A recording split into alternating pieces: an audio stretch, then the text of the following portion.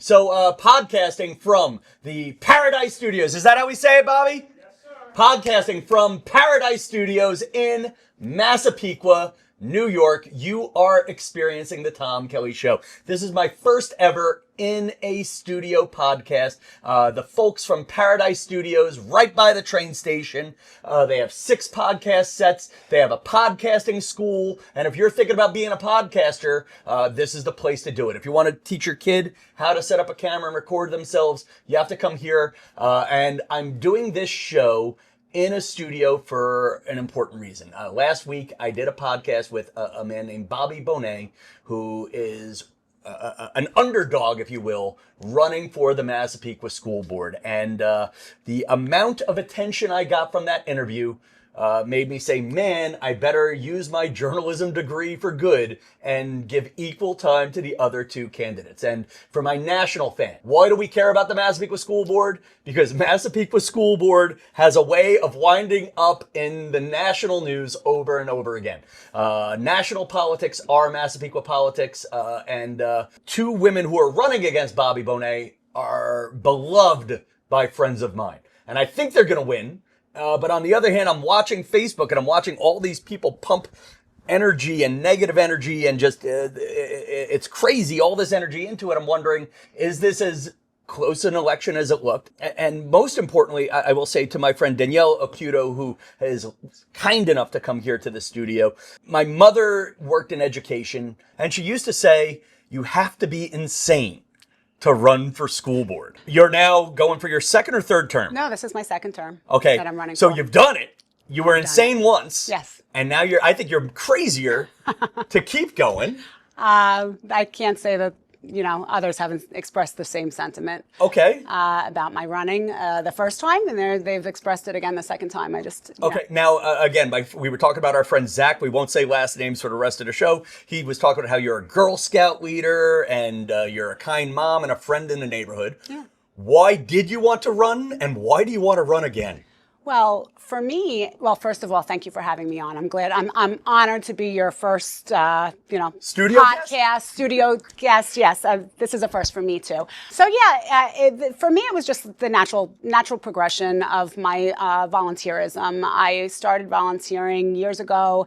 I did a season of assistant coach for Girls on the Run. If you're not familiar with that program, it's a female empowerment program that is, teaches girls about the power of running and reaching your goals with hard work like and jogging, determination. Running. Yes, real running. Okay. But it's also symbolic of, anything is possible if you put your mind to it with the amount of, with the right amount of hard work and dedication, like what it takes to run a 5K. So I've done that. I am currently a Girl Scout leader. I've done every area of elementary school PTA service work. So you have kids in the district? I do have kids in the district. I grew up in the district. I graduated Massapequa High School, class of 2000. Okay. And that felt like you were shoving that you're younger than me in my face, but I'll take it anyway. I don't feel it. I can tell you, I don't feel very young.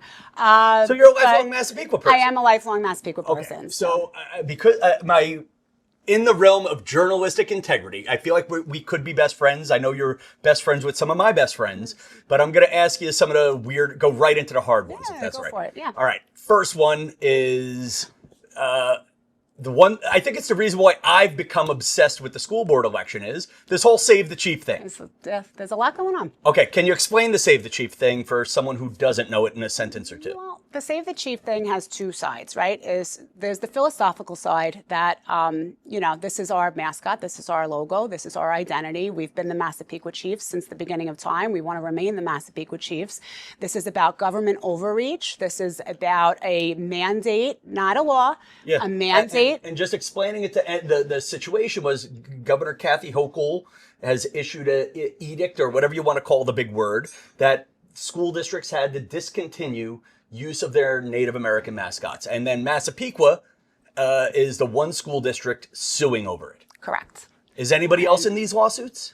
There were. They've since, other districts have since, either cut a deal or lost the fight or decided to, and they've outright told us, decided to just sit back and watch what happens with Massapequa. Let Massapequa pay the bills. And that's why Massapequa was the front runner of a lot of these things. We're willing to take a stand where we think it's necessary.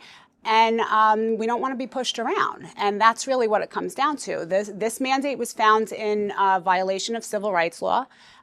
So it's, discriminatory to the Native Americans. It's not fair for other districts to be able to keep their mascots of the Fighting Irish, the Vikings in Seaford. The Vikings in Seaford, the Long Island Crusaders. My high school, because I did private school, we were Crusaders, and they were pretty awful if you look them up. But my thing with the Chief, I could go pro and con save the Chief for hours. Sure. Yeah, I could. I can. And I did a whole podcast of me staring at the camera for 20 minutes, talking about the pros and cons, and I'm leaning towards. Because there's a financial component too. How so? I mean, it costs money to repeal the Massapequa Chief. Okay, Massapequa Chief is embedded all over our district. And you could say it's only a few $100,000. To be honest with you, we haven't gone out to bid. We don't know exactly how much it's going to cost. Well, because, I don't like that one as the excuse for suing. Is that a fair one? Like, all you got to do is take down a few Indian heads, right? Also, what does that mean? I mean, you could do it the right way, you could do it the cheap way, or we could do what the district actually deserves. We could take a picture of, our superintendent, who's wonderful, Dr. Bill Brennan, and hang it over, some of the chiefs, Or we could, take down walls, tear up floors, redo, entire gymnasiums if we're really, looking at replacing the Massapequa Chief. So it's very much an intrusion into our budget. But also, the point here is that, and our opponents have accused us of many things, and it's really assumptive on their part to think that there haven't been other avenues that were explored. Massapequa School Board never wants to go straight to litigation. We never want to go to litigation. And we did not go looking for any of these fights. This is about defending our school, our district, our people, our logo, our money. And it's what I think the community expects us to do. Now, and if I were pontificating on saving the proverbial chief, they say it's offending Native Americans, but which ones where and how do we talk to them? And where are they? And they're not coming forward saying I'm offended. And I also like to say about the way we do the Massapequa Chief. There's other Massapequa logos in town I don't love as much. Agree. But with the Massapequa Chief, it's at least an attempt at a historic picture drawn by a kid. I mean, it's majestic. It is. I think that's a nice word. I like that for it. word. It's a majestic image, and you're right. There are other, could we do the picture better? I would love to see, someone tell us how to draw it better or how to do this better. I don't like the one follow-up question I didn't ask Bobby last week was he said, we have to call a Native American tribe. All right, which one? Right? Have we tried calling joking aside, have we tried calling somebody at the Shinnecocks? So I'm not personally in the position to tell you exactly the steps that led us into litigation because the mandate was put into place just as I was coming onto the school board. Okay. So a lot of that happened before I was. Can't answer that. I'm sure just a board member that was on, Yeah, I'd love to see that written out. No, but just for your sake, it's not like getting into a little bit of it. This is was going to be a question for later, but what I don't like about Massapequa News, and we are the neighborhood that gave America George Santos, at least a little bit of it. Like he was part of our congressional district. There's not enough media reporting on what's going on around here. And an easy one is giving you credit for a second. I don't think anybody knows, I don't think it's written down anywhere. We called the Shinnecocks on June 5th, 2019, nobody answered the phone or whatever it is. Or we called the Shinnecock, and the Shinnecock, and we've called this tribe on this date. I don't think that's out there or in a clear place where anybody could catch up on it. Yeah. Okay, fair enough. And I don't know the exact steps that were taken either. Like I said, I wasn't on the school board then, but I can vouch that Massapequa School Board, from what I've seen over the last 3 years and the litigation that I have been involved in from start until present time, is Massapequa School Board does not go out looking for fights. But yet we wind up in them. We do. Which was pretty much me in college. We're willing to defend what's important to us. Okay. But now, so the big question on the fights, and we'll get to the trans bathroom issues and all that. When everybody else has abandoned us in the fight, how much are we willing to pay? When you win, or if you win, whatever word we use, are we willing to pay another? Bobby Bonett quoted $600,000 in legal costs over the last couple of years. Is that high, low, accurate? That's an extremely misleading quote. Okay. It is extremely misleading. It is encompassing all of the recent litigations are we'll call them special litigations, some things that are outside our typical day-to-day legal matters. That figure, it's grown twice as much in the last few weeks. A few weeks ago I was hearing 300,000. Now they're saying 600,000. What is the figure? What the figure? It's probably somewhere in between. It's probably somewhere in the between 3 and 6. And the reason I don't have it offhand is because you're comparing litigation that started back in 2020. They're factoring in litigation that was included back in the COVID days when we were trying to get our kids out of masks. So that's when he gives me the number 600,000. That might include the mask lawsuits from 2020. Oh, it does, and they tell us that it does. So you're looking at budget cycles that go back 6 or 7 years. It might be even more budget cycles. Looking at the timing and how they fell. And when you're talking about upwards of a $230 million budget, 600,000 over. So we're not spending 600,000 a year. Most definitely not. What are we spending a year? And like this year, do we know what we're spending on lawyers this year? I mean, for special cases, you really don't have, there is a line item for, like regular school law. Yeah. And that's, we have lawyers on retainer. Because at one point I thought we had free lawyers. Did we have free lawyers on this? No, we never had free lawyers. Yeah, we have education lawyers. There's two big ones on the island. Every district has, they're contracted, with one of the law firms, one of the school law firms. Okay. Do we have a cost on how much, do we have a cap on how much we're willing to spend on saving the chief? I mean, that's, it is open litigation. So I can't necessarily divulge those kinds of things, but I will say this. You go back, we mentioned the mask mandate, right?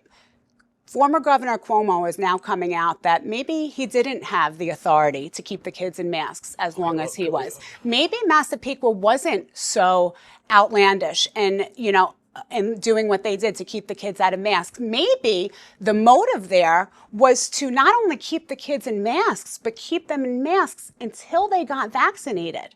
And because Massapequa and others put up such a fight and such a protest, maybe that held off our kids from being subject to another vaccine mandate. We'll never know, but you can't consider it a loss. You can't consider it a loss.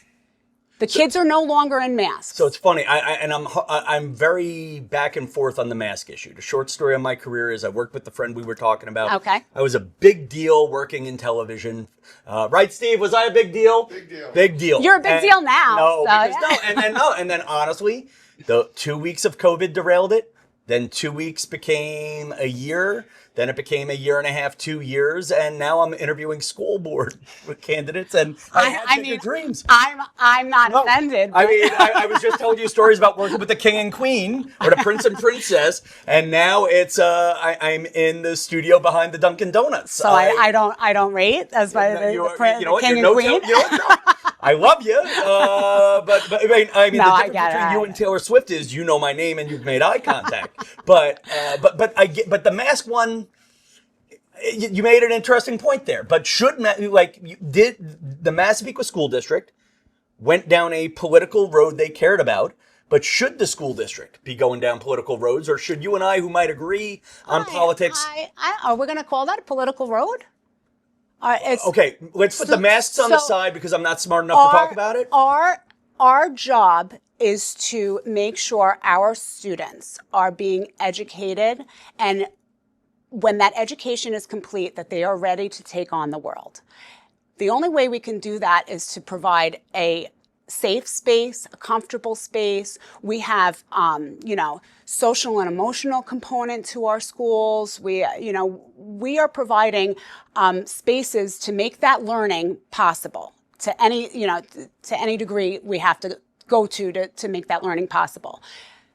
our kids were exploited during that time. That's my opinion. I think that's the majority of the community felt our kids were being exploited during COVID times. You had other businesses, you had other areas going back to work. They were going back to the office. They were able to take off their masks. They were able to not social distance as much, but our kids were still being kept under the same confines as it was from the beginning. And they are the most vulnerable in society. They are still suffering from the effects of that time. They still are not, fully recovered since that. So I do stand beside what the school board did back in 20 and 21. It actually created a deep admiration for our school board. I wasn't on the school board. Is that what made you want to run? It was part of it. It was very much part of it. Yes. I saw the lanes that they were willing to take. I was so proud to have lived in the Massapequa School District. My friends were proud of what our school board was doing.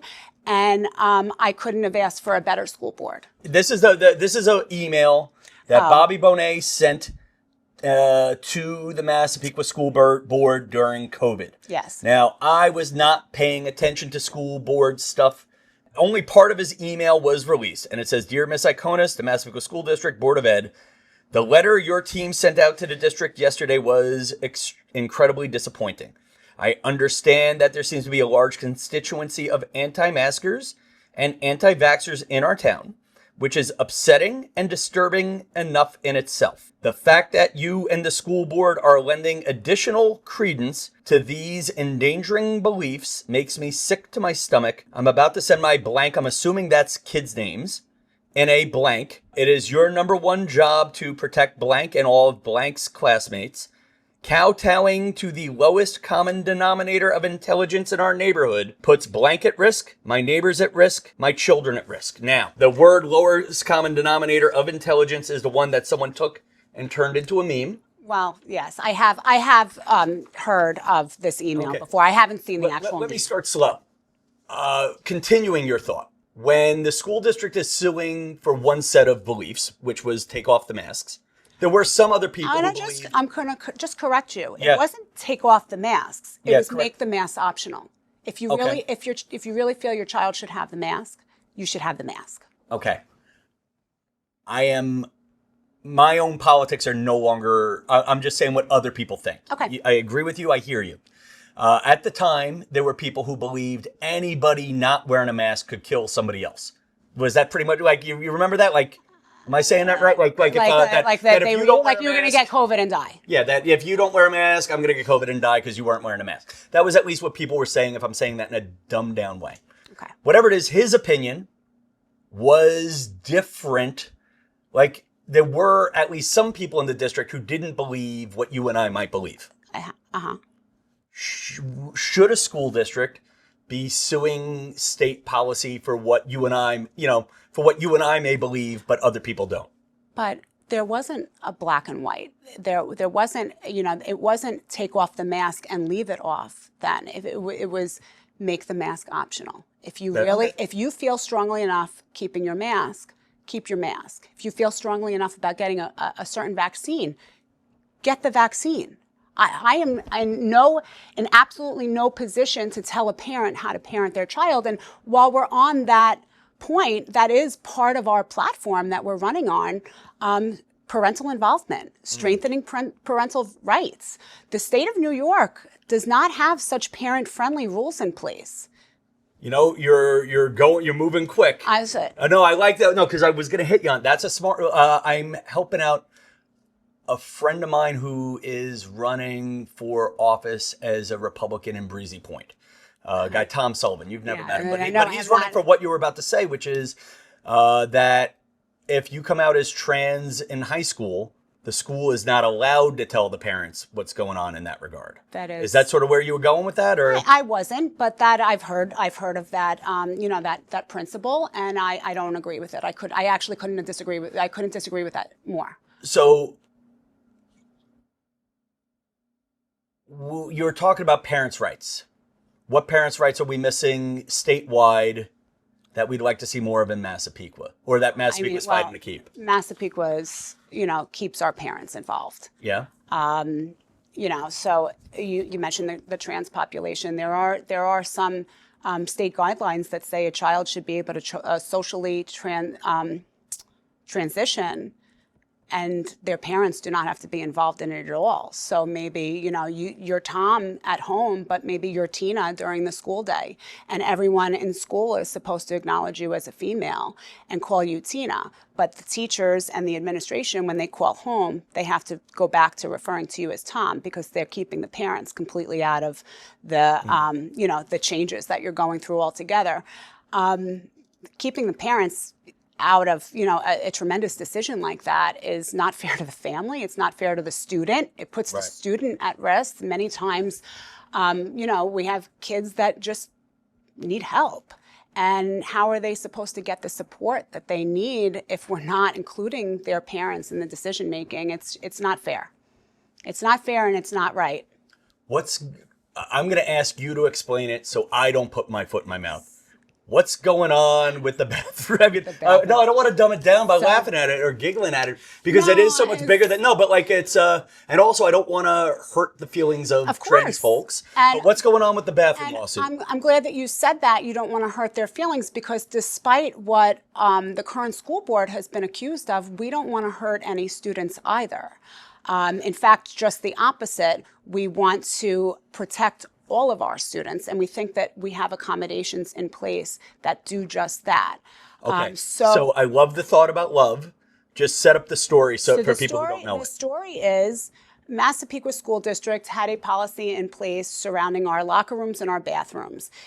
We clarified that policy earlier in the school year in September, saying that we were going to be aligning our bathrooms and locker rooms to biological gender rather than gender identity. So gender as is defined under the federal executive order, basically the definition of Title IX. So that basically says that there are only two genders, male, female. If there's any ambiguity, we have gender neutral spaces. We have, single occupancy locker rooms and bathrooms in every bathroom. In every building in the district. Are we being sued, or is someone suing us? And again, I'm trying to get the Facebook stuff straight. Of course. So an appeal was made to the state education commissioner to draw by us. No, by a student. Okay. By a family. An appeal was made to withdraw that policy, to withdraw that clarification of that policy, and it was, it was honored. We had to withdraw it, and now we're basically fighting back against the state and saying, it really comes down to federal guidelines are very different than state guidelines too. Federal executive order is saying no, by absolutely no stretch are biological boys and or girls are to go into a bathroom that doesn't align with their biological sex. But state guidelines are saying something completely different. So I think that needs to be hashed out there too, in order for school boards to be able to act accordingly. But so that's where we are now. Is we were told to withdraw the policy, to hold off on the policy, to not enforce it. Our students have other options, because we don't want to put anyone in the position where they're uncomfortable and changing in a space with someone of a different gender. So they could choose to use the single occupancy space. They could choose to not change at all.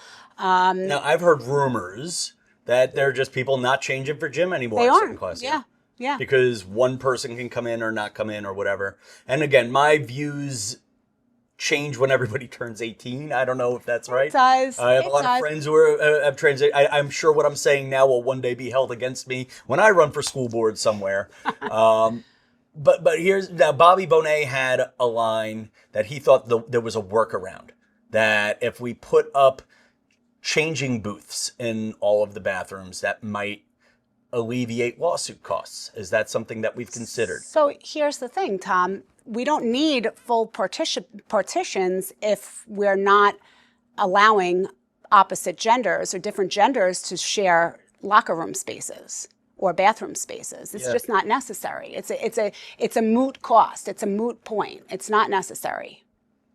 What's necessary is the single occupancy, gender neutral spaces, and they are available and open to whoever wants to use them. And we have a lot of gender neutral places now? Every building has. Okay.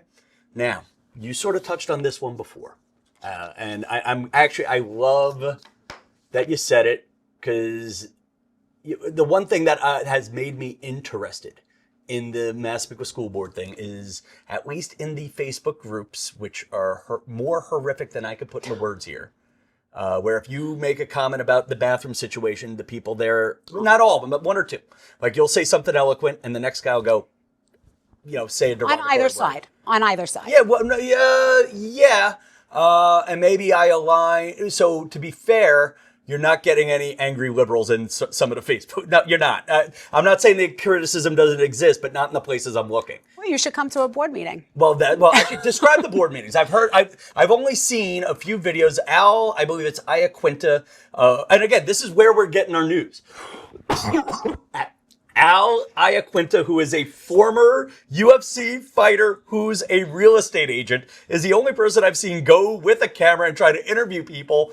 And I'm like, oh my God, I'm not getting my news from News 12. I'm not getting it from Newsday. I'm getting it from idiots like me. With A lot of the times they're the boots on the ground. They're unskewed. They're just giving you the facts. What's going on at the school board Well, meetings? right now, nothing is going on. But if you were to come a few months ago, you would have seen that there are, we'll call them agitators, attending our board meetings. There are, like I saw one. They are very much agitators. They interrupt the normal flow of business. They bring flags. They bring noisemakers. They have things draped over, the audience chairs. We're no longer using our beautiful boardroom in Massapequa School District. We use an auditorium because of the increased security that was pulled in. And what are they fighting about? Are the agitators fighting over every issue at these meetings? So they did start coming to board meetings around the time that we clarified this policy that I spoke about earlier, the transgender, the bathroom and locker room policy, and allowing transgender students to use, spaces that don't align with their biological sex. So that's when they started coming to board meetings. I want to say we dedicated maybe 2 board meetings of our regular business, our regular agenda to that topic. Otherwise, it's been business as usual for us. But these agitators won't get off this point. They're coming and, expressing themselves during the public comment period, which is fine. That's what it's there for. But it's been going on for many months at this point. And I'll keep this one short because I think you kind of gave the answer. I was disappointed to hear we're not allowing public comment at special meetings, because the special meetings are the only ones I'd want to talk at. Special meetings are, they're few and far between. Are they? They're the ones I care about. Save the chief, bathrooms. But we have general board meetings every 2 weeks. Is that Yes. Every other Thursday we have a general board meeting. If you wanted to give a public comment at a special meeting, which I've been on the board 3 years, I could remember one time that there was a significant comment being made. What was the one special meeting? It was surrounding litigation for the chief. Okay. Now with the current rules, I go in and I want to give my 10 minutes on saving the chief or whatever. Sure. I can't do it at a special meeting if it comes up again. But come next week. But I could come the next week. Correct. All right, I'll share this little point, since there's 100 plus other school districts on Long Island, 56 in Nassau County alone. Most other districts only allow public comment at one general meeting a month.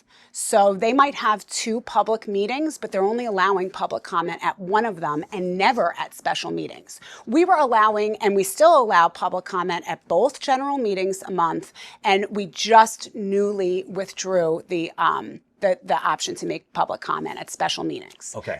And for point of reference, there have been 3 special meetings since September. Okay.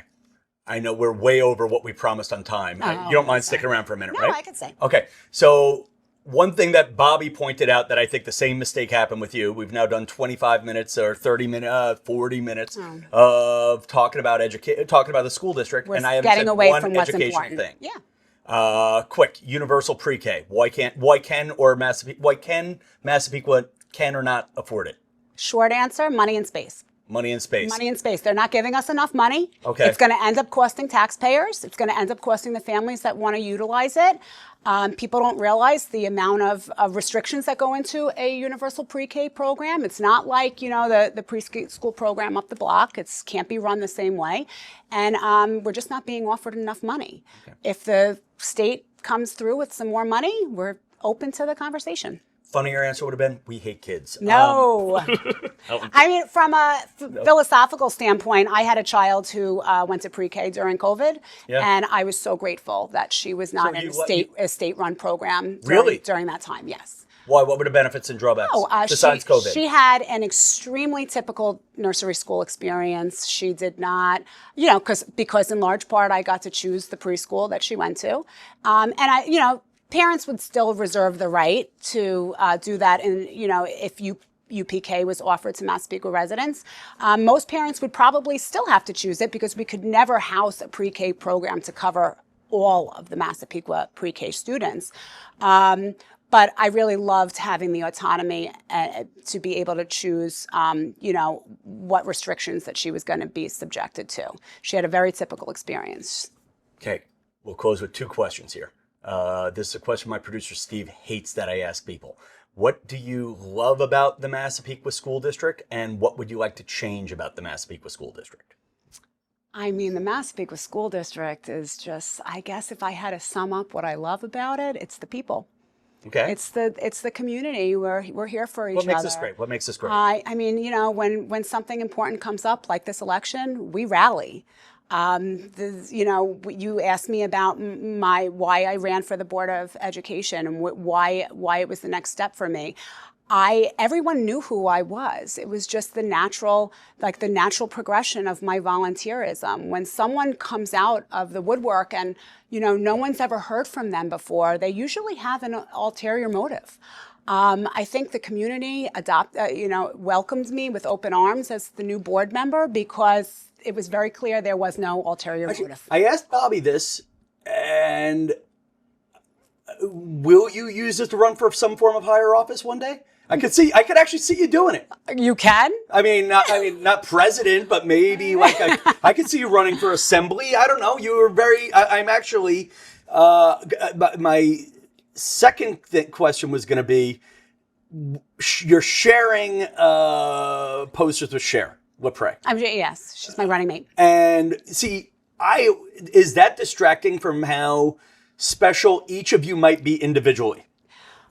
Well, running as a team, is that distracting from? I mean, I think that when we went into this election cycle, we knew what our opponents would be coming at us with, just from the buzz in the community, what people have been coming to board meetings to mention, and what have you. So we knew what the opposition would be saying, and we knew that the choices that we've made as board members would be attacked. And Cher and I were making them as board members. The school board is supportive of one another. I don't want to say we're in lockstep on every decision, but we're pretty close to it. Are there any differences? Sure.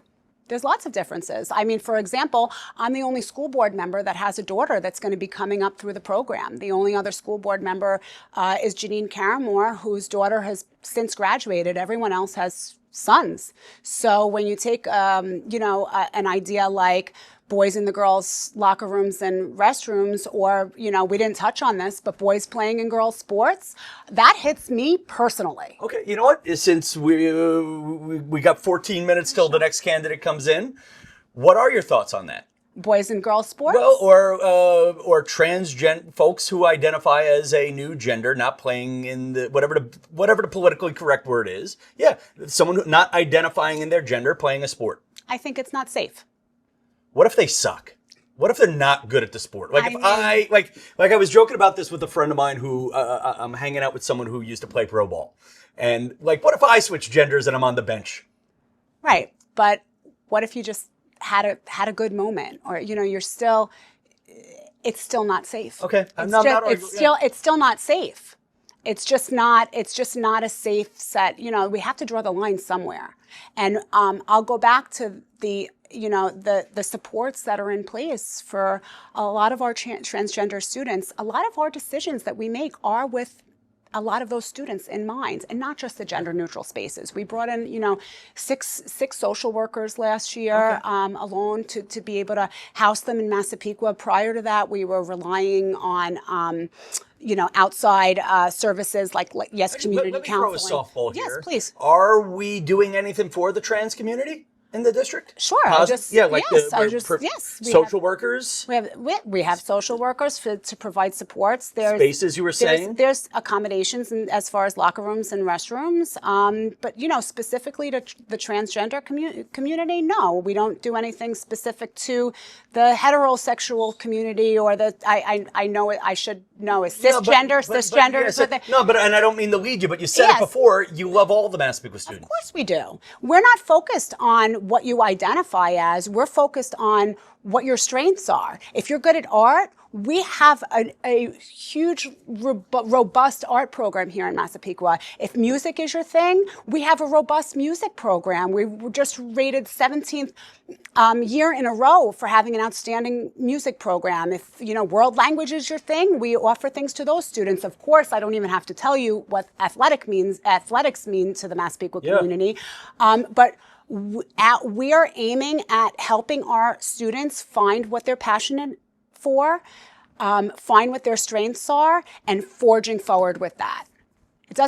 You're so much more than what you what gender you align with, or what whether you're straight or gay. I mean, that doesn't that's my own personal belief. But is that important? Is that really important? No. It's what you bring to society. It's what you bring to the world. And I think that our district is dedicated to helping our kids find out what their passion is and moving forward with that. You know what? I was going to bore you with campaign finance questions, but I think that was such a great answer. We can't. Real quick, do you care about who's? Do you think Bobby Bonett is being financed by George Soros? Oh, I don't know. All right, using the other one that I heard. I can tell you this. I know all about my finances. I'm not being financed by anyone. Where are your donations coming from? Friends and family, community members that feel strongly about what we're fighting for. I love it. Now, big closer. There's your camera. This will be your big social media clip of the day. You got 45 seconds. Okay. Normally I close the show. Okay. By the way, if you haven't already, hit subscribe. I normally don't do this stuff on the YouTube channel, but we dick around. It's a random show every week, people. That's and it's at Tom Kelly Show across the board. But I want you to close with 45 seconds or so on why you're a great candidate, why we should think about you on May 19th. Okay, the pressure's on right there. And then, don't look at the monitor because it's like on a 2-second delay. Look straight at the little camera. Okay. For those of you who don't know me, I'm Danielle Ocuto. I'm running alongside Cher LaPrey for re-election to the Massapequa School Board. I've been on the school board for 3 years now. Cher's been on for 6. I think we've done a lot of phenomenal things for the Massapequa School District. We're focusing on our students.